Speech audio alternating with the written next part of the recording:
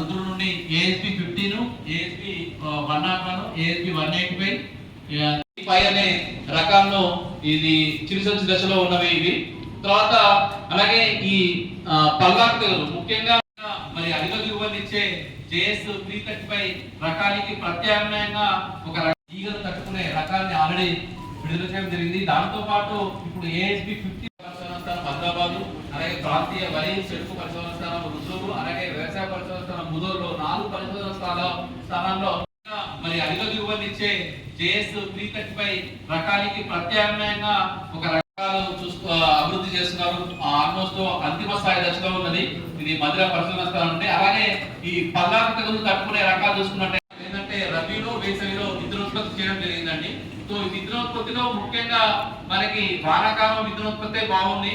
So rabi దయచేసి అట్లా చేయకుండా రైతులు ఇప్పుడు చెప్పండి, మీరు ఇంకొక పని కూడా చేయండి. సపోజ్ అలాగే ఈ శనగలో ముఖ్యంగా అధిక బెస్ట్ వెరైటీ. నేను ఒక రైతుగా ఉండి దగ్గర పెట్టినప్పుడు అక్కడ ఒక మషిన్ పెట్టుకోండి, టార్పాలిన్లు దగ్గర పెట్టుకోండి. అవి ఇమీడియట్గా కప్పేసుకోవాలి. మళ్ళీ వర్షం తగ్గిపోయిన తర్వాత ఇమీడియట్గా ఆరబెట్టుకోవాలి. ఈ 2 పనులు మనం చేయట్లేదు. మార్కెట్లో అంగట్లో అమ్మకుండా దాన్ని మీరు విత్తనంగా మార్చి అమ్ముకోండి అనేది చిన్న ఆర్టికల్స్ నేను చూస్తున్న దొరకలేదు, మీకు అందరికీ చూస్తాను. దాన్ని చూసి సార్ నేను ఏమో సార్ చిన్న ఏకలవ్యం లాగా ఆర్టికల్ చూసి సార్ దాన్ని విత్తనం స్టార్ట్ చేశారు. అప్పుడు JGL 3855 రకంతో సార్ నేను స్టార్ట్ చేశాను సార్. సార్ ఈ మధ్య కాలంలోనే మైక్ పెట్టుకుని ఇది వేసేస్తాడు. ఈ కాడు వేస్తే ఇంకా ఎప్పుడు చూసినా కుక్కలు అరిచినట్టే ఉంటుంది. కాబట్టి కోతులకి కుక్కలు అంటే భయం అని ఆ మామూలు డాగ్స్ సౌండ్స్కి రావట్లేదు అని అంటున్నారు. నేను ఇది విన్నదే, మీరు ఒకసారి ప్రయోగం చేసి చూసి చెప్పాలి. సో అట్లా కొన్ని మనం కూడా చేసి పాటించి చూసుకుంటే బాగుంటుంది. తర్వాత కోతులకి కూడా ఈ మనము మెయిన్ మన దగ్గర ఇబ్బంది ఏంటంటే ఇప్పుడు ఈ నిజామాబాద్, కరీంనగర్ చుట్టుపక్కల చాలా ఫారెస్ట్ ఉండేది ఒకప్పుడు. మరి ఫారెస్ట్ని మనం ఏం చేస్తున్నాం మనకు తెలుసు. ఇప్పుడు దాని గురించి మళ్ళీ కొత్తగా మనం మాట్లాడాల్సింది అవసరం లేదు. కాబట్టి ఎంత ల్యాండ్ కొట్టుకుంటూ పోతే అంత ల్యాండ్ పండించుకుందామంటే మరి అక్కడ ఉండే మనలో ఉండే యానిమల్స్ ఎక్కడికి పోతాయి? వాటి ల్యాండ్ని మనం లాక్కున్నాము, మళ్ళీ వాటినే మన ల్యాండ్లోకి వస్తున్నాయని అంటున్నాం.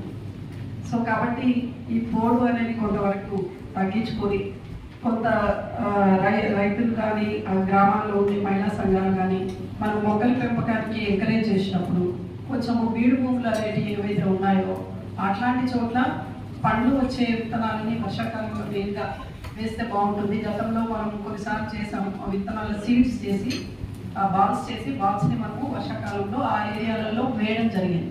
సో ముఖ్యంగా కోతులకి అందుబాటులో ఉండే రైతుల పొలాల వాళ్ళు ఎవరైతే ఉంటారో ఆ రైతులు కొంచెం ఈ సీడ్ బాల్స్ని త్వరగా క్రాప్ వచ్చి త్వరగా ఫ్రూట్స్ వచ్చేటివి కొంచెం ఇట్లాంటి ఏరియాలలో వేసేస్తే, వీడి భూముల్లో ఫారెస్ట్కి దగ్గరలో ఉండే ఏరియాలలో వేస్తే అవి మెయిన్ ఫుడ్ ఏరియాస్లో వచ్చేస్తాయి. కాబట్టి అవి అటువైపు వెళ్తాయి, మనం చెట్టు ఫుడ్ కోసం. సో వాటి ఫుడ్ అక్కడే అందుబాటులో ఉంటే ఇటు రావడానికి ఆస్కారం తక్కువ ఉంటుంది. సో ఇది కూడా కొంచెం మనం ఫోకస్ చేయాల్సిన అవసరం ఉంది. మరి మన పంటే చూసుకుంటున్నాం కానీ మరి వాటి పంటను కూడా పండించాల్సిన అవసరం ఉంది. ఇది ఒకటి కూడా నోట్ చేసుకోవాలి మనం కోతుల విషయంలో.